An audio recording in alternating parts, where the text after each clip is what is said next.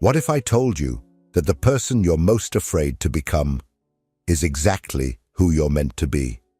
No, not the version of you that smiles when they're supposed to, says the right things at the right times, and keeps it all together while quietly falling apart. Not the version of you that works hard to be agreeable, presentable, normal. I'm talking about the version you buried, the one you were told was too much, too intense, too angry, too ambitious, too emotional, too wild. That version. The one you've spent your whole life avoiding, the one hiding in the shadow. You think you're making your own choices. You think you're in control. But what if your entire life has been a performance, a carefully constructed mask designed to be accepted, to be liked, to be safe? And behind that mask, there's a voice you've silenced so many times that you barely recognize it anymore. You tell yourself you're fine, that you're doing everything right, that your life is good. But there's a quiet, aching hollowness that keeps returning. In moments of stillness, in the middle of the night, in those strange moments when your smile fades and you're left with that familiar question, whose life am I really living? Carl Jung, one of the most important thinkers in modern psychology, believed that our deepest suffering doesn't come from trauma, mistakes, or even pain. It comes from fragmentation, from disowning parts of ourselves that we've labeled as bad, wrong, dangerous, or shameful. Not because they truly are, but because someone once taught us they were. Maybe your family told you that anger is ugly, that sexuality is sinful, that ambition is selfish. Maybe society told you that vulnerability is weakness, that power corrupts, that being different is a problem to be corrected. So you split. You hid the parts of yourself that didn't fit, and those parts didn't disappear. They sank into the unconscious, into what Jung called the shadow. And there, in the darkness, they grew. And now, without you even realizing it, those disowned parts are running your life. They show up as sabotage, projections, anxiety, depression, addictions, broken relationships, fake smiles, unexplained emptiness, all symptoms of a self you've betrayed. You're not lost. You're not broken. You're just divided. And wholeness, true psychological liberation, will never come from trying to be more perfect. It will only come when you finally have the courage to turn toward the very aspects of yourself you were taught to fear. This is not a video about becoming your best self. It's about becoming your real self, the one you've been running from, the one you buried under years of conditioning, shame, and self-rejection. Because Jung understood something few people are willing to confront. Until you face your shadow, until you integrate it, you will never be free. This is a journey into the terrifying, liberating process of individuation, the becoming of the whole self. It's brutal, it's beautiful, and it's the only way out of the cage you didn't even know you were in. So let me ask you again, what if the person you're most afraid to be is the only person who can save you? Let us begin. Since you were a child, you've been learning who to be. Not who you are, but who you're supposed to be. You were praised when you were polite, punished when you were loud. You were rewarded for being good, shamed for being difficult. Slowly, unconsciously, you began to shape yourself according to what others expected. You learned to play roles like the obedient son, the quiet daughter, the responsible student, the agreeable friend. And with every smile that wasn't real, every "I'm fine" that hid the chaos beneath the surface, you constructed what Jung called the persona, the mask. At first, it was just a survival strategy, but over time, the mask became your identity. You started believing the lie, that you are who you pretend to be, that the version of you who fits in, who keeps things under control, who avoids conflict and discomfort, that's who you truly are. But deep down, you know better. There's a part of you that never fully bought into the act. A part that whispers late at night. There's more to me than this. The persona is not evil. It's not the enemy. It's necessary. We all need a way to function in society. But the moment you become the persona, the moment you forget it's a role, you lose something essential. You lose access to your full self. You start censoring your thoughts, dulling your instincts, suppressing your emotions. You call it maturity, professionalism, or being nice. But in truth, it's self-abandonment.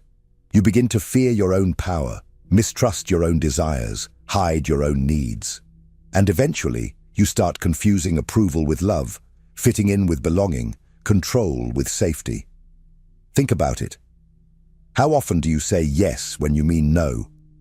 How often do you smile while feeling resentful, perform while feeling empty, stay quiet when your soul is screaming to speak? You're not being strong, you're being invisible.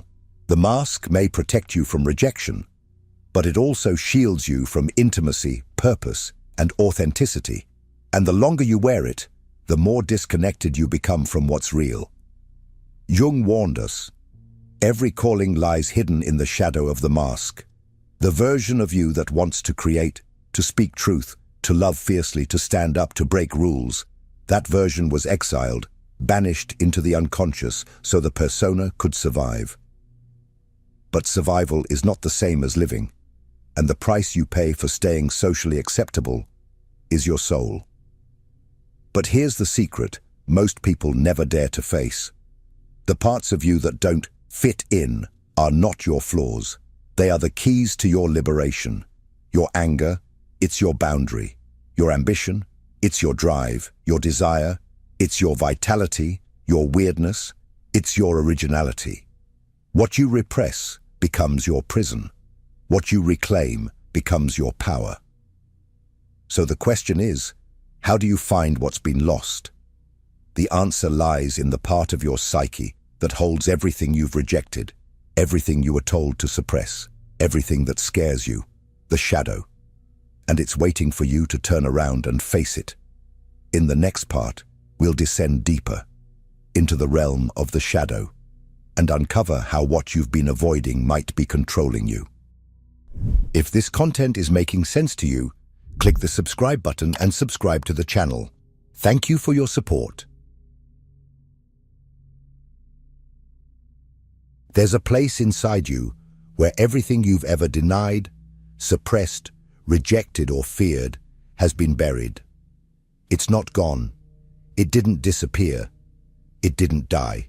It just went underground. Jung called it the shadow, the unconscious dimension of the psyche, where all the parts of you that don't fit the persona are exiled.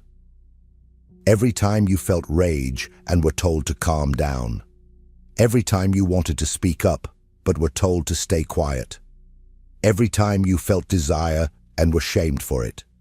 Those parts of you had nowhere to go, so you pushed them down. You tried to forget. And slowly, piece by piece, you became smaller, more acceptable, more tame, more polite. You performed, you adapted, you became normal, but you also became fragmented.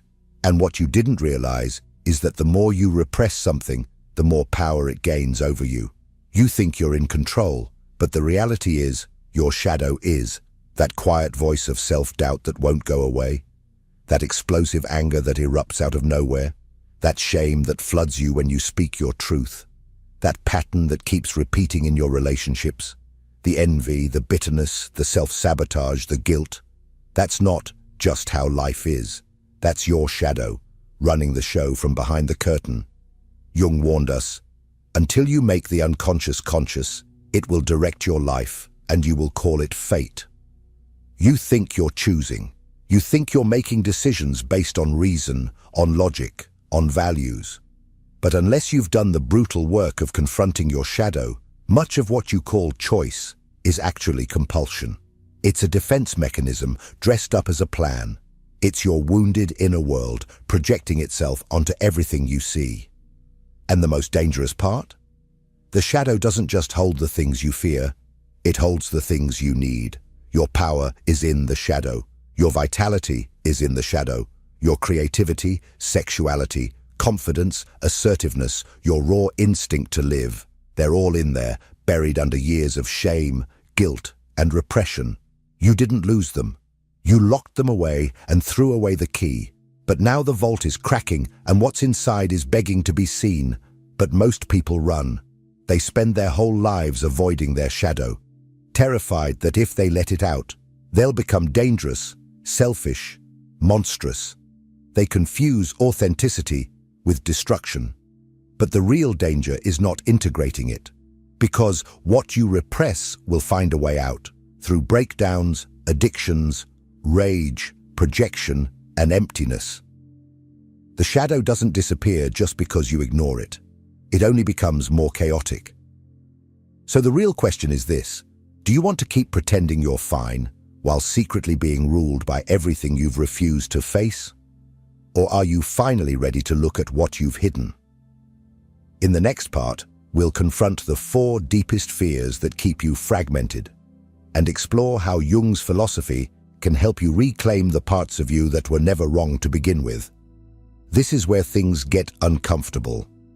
But if you're still here, you're ready. If integrating your shadow were easy, everyone would do it. But they don't, because fear stands in the way. Not surface-level fear. Not the kind you talk about casually. I'm talking about existential fear. The kind that threatens your identity, your sense of safety, your belonging. These fears are the invisible chains that keep you divided, exhausted, and trapped inside a version of yourself that feels increasingly false. Let's expose them. The first fear is this: if I accept my shadow, I will become a bad person. You've been taught to believe that your darker impulses define your morality, that anger makes you cruel, that ambition makes you selfish, that desire makes you immoral, that power makes you dangerous. So you suppress them, convinced that repression equals goodness. But Jung saw this as a tragic misunderstanding.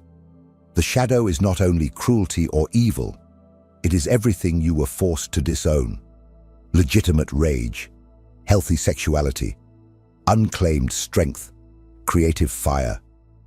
When these energies are unconscious, they do become destructive. But when they are conscious, they become choice. Integration doesn't make you immoral. It makes you responsible. A person who knows their capacity for darkness is infinitely safer than someone who pretends it doesn't exist. The second fear cuts even deeper. If I am authentic, I will be rejected. And this fear isn't irrational. Jung never sugarcoated this. Yes, some people will reject you when you stop performing, when you stop being convenient, when you stop being predictable. But here's the truth: most people never confront. You are already being rejected, just not by others, by yourself. Every time you silence your truth to keep the peace, every time you betray your instincts for approval, you reinforce the most painful rejection of all: self-abandonment. You can be accepted for a mask and feel empty, or be rejected for your truth and feel alive. There is no path where everyone approves. You must choose who you are willing to disappoint. Then, there is the fear of power. If I claim my power, I will hurt others. This fear often comes from witnessing power abused by parents, institutions, authority figures. So you associate power with domination, violence, control. You decide it's safer to be small, passive, harmless. But Jung made a crucial distinction. Repression of power does not make you peaceful. It makes you weak and resentful. True integrated power is not about crushing others. It's about boundaries, about saying no, about occupying space without apology. When power is denied, it leaks out sideways, through sarcasm, passive aggression, manipulation, self-sabotage. Power integrated becomes clarity. Power denied becomes poison. And finally, the most terrifying fear of all: I don't know who I am without my defenses. This is the fear no one wants to admit. You've built your entire identity around what you are not. I'm not angry. I'm not selfish. I'm not intense. I'm not like them.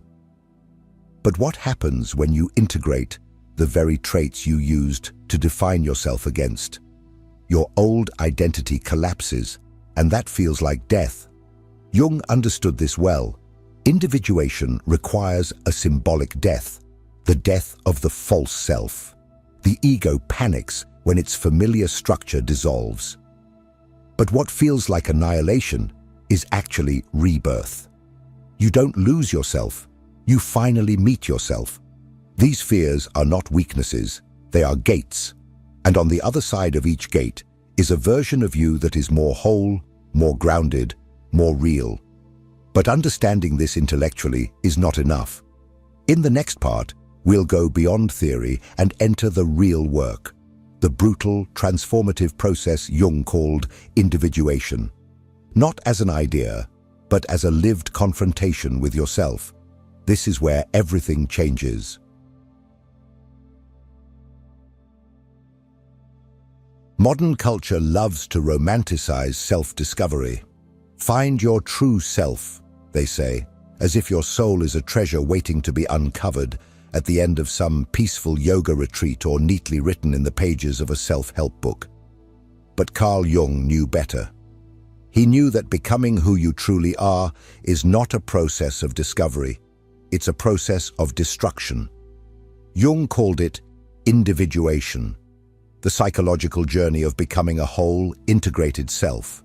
Not just the socially approved parts, not just the pleasant, polished image you show the world, but the full spectrum of who you are, light and dark, sacred and profane, noble and animal. Individuation is not about adding more to who you are. It's about excavating the truth from underneath layers of programming, trauma, masks, and fear. It's about confronting everything you've spent your life avoiding. You don't find yourself by asking, "Who am I?" You find yourself by asking, "What have I disowned to survive?" And here's the brutal reality Jung revealed. The more rejected a part of you is, the more critical it is to your wholeness. That means the parts you're most ashamed of, your rage, your lust, your ambition, your wildness, are not obstacles to overcome. They are the keys to your liberation. But to claim them, you must go through a kind of death. The death of the persona. The death of the identity you've carefully constructed to be acceptable, successful, lovable. That mask doesn't come off easily. It's fused to your sense of self, which is why individuation hurts. It's not a clean, linear path. It's a descent into the unknown, a confrontation with inner chaos. It often starts with crisis, a breakup, a burnout, a panic attack, a sense that your life no longer fits. That's the psyche cracking open, demanding to be made whole. And when it does, you don't get to control what comes up. Dreams become darker, emotions intensify, memories resurface, desires you thought were wrong begin to demand attention. The things you judged in others, you start to see in yourself. This is not a breakdown, it's a breakthrough. Jung said, "There is no coming to consciousness without pain." To become whole, you must sacrifice the illusion of who you think you are. You must allow parts of your identity to die, so something more real can be born. And that rebirth doesn't happen in a therapist's office alone. It doesn't happen through philosophy or theory. It happens through experience, through action, through risk, through courage. Individuation is active. It's not a mental exercise. It's a daily confrontation. It requires you to step into the world not as the version of yourself that pleases others, but as the one that terrifies you, because that version is free. And freedom is always terrifying to a psyche trained to survive through submission. But what does this process actually look like in real life? That's what we'll explore next, because theory without embodiment is just more avoidance.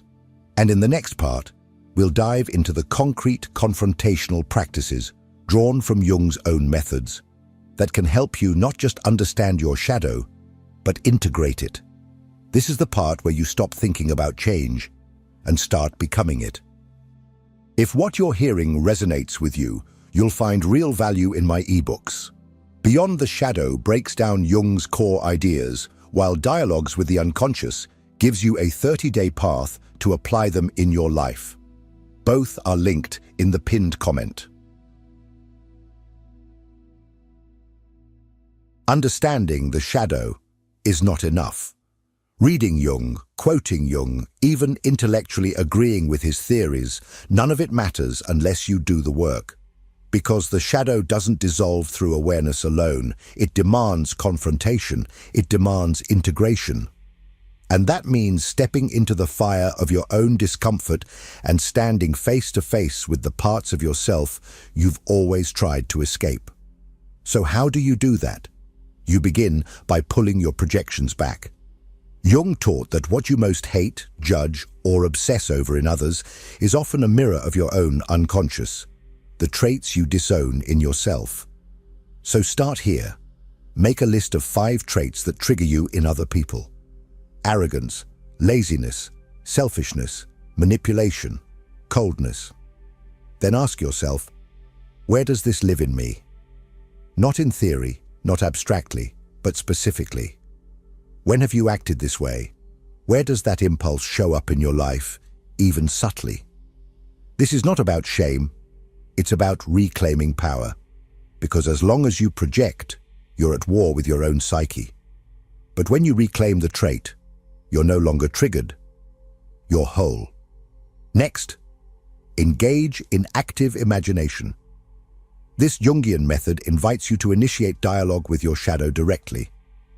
In a quiet, meditative state, visualize the part of yourself you fear the most, your rage, your desire, your sadness, your ambition, as a figure. Give it a face. Let it speak. Ask it questions. Why are you here? What do you want? What happens when I ignore you? Write down what it says. Don't censor. Let it speak freely. You'll be surprised. Often what you feared is not a monster, but a part of you that's been exiled for so long it had to scream to be heard. Then, begin micro-experiments in embodiment. Shadow integration is not philosophical. It's behavioral. It must show up in the real world.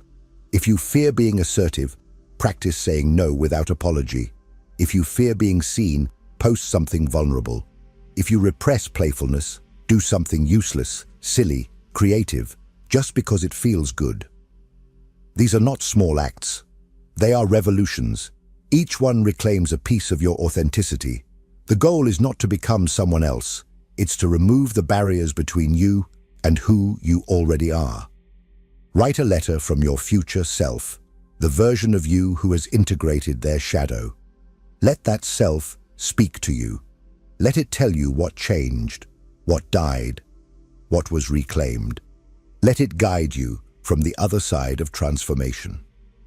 This isn't fantasy. It's a dialogue with your potential, and it often reveals what your conscious mind is too afraid to admit. Then, perform a ritual death of the persona.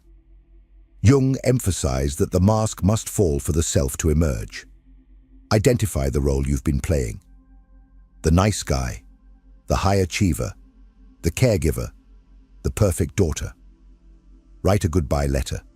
Thank it for protecting you, then burn it, or bury it, or dissolve it in water. Say out loud, I am not just this role. I am everything I've hidden. I am the full spectrum. These symbolic acts matter. The unconscious understands ritual far more deeply than words. And finally, journal your shadow daily. Ask yourself, what impulse did I repress today and why? Where did I feel fake or performative? What truth did I swallow? Who triggered me? And what does that say about me? This is not just journaling. It's a mirror, a scalpel, a portal. The more you confront, the less power your unconscious has over you. And the more you reclaim, the more energy becomes available to you. energy that was previously used to suppress, deny, and maintain the mask. And that energy, that's life force. And once it's back in your hands, everything changes. You stop living a life of shoulds. You stop being predictable. You stop being nice. And you start being real. That's when people begin to say, you've changed. But what they really mean is, you've stopped hiding. But how do you know if this work is actually working? In the final part, we'll look at the unmistakable signs that you're becoming the person you used to fear, and why that's the most powerful thing you'll ever do.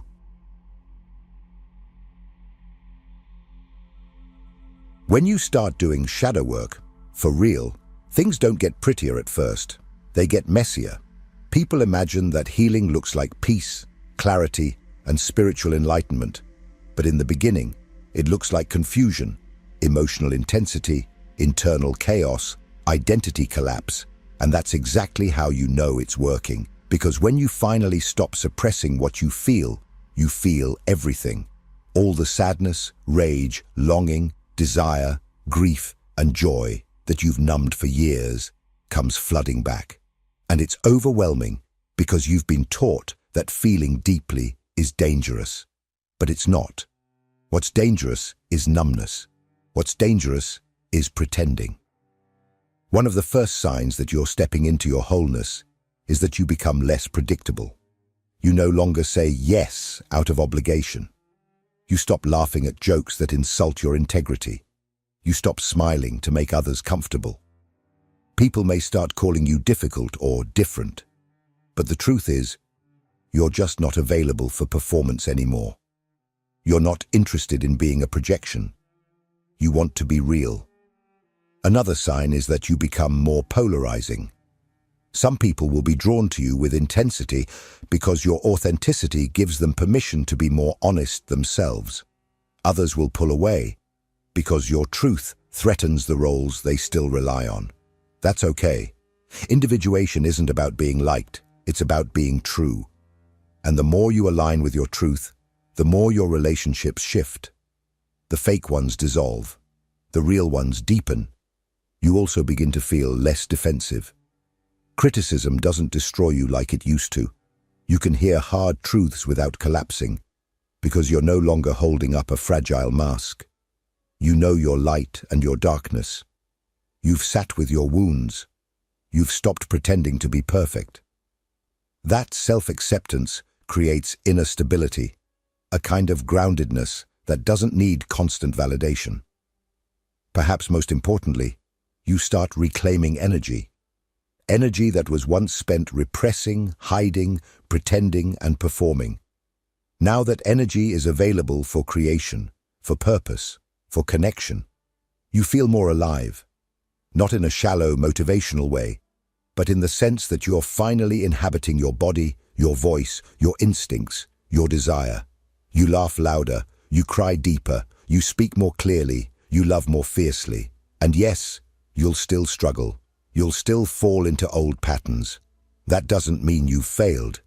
It means you're human. Jung never promised transcendence. He promised wholeness. And wholeness includes contradiction. It includes imperfection. It includes falling down and getting back up, again and again, but this time as someone who knows who they are.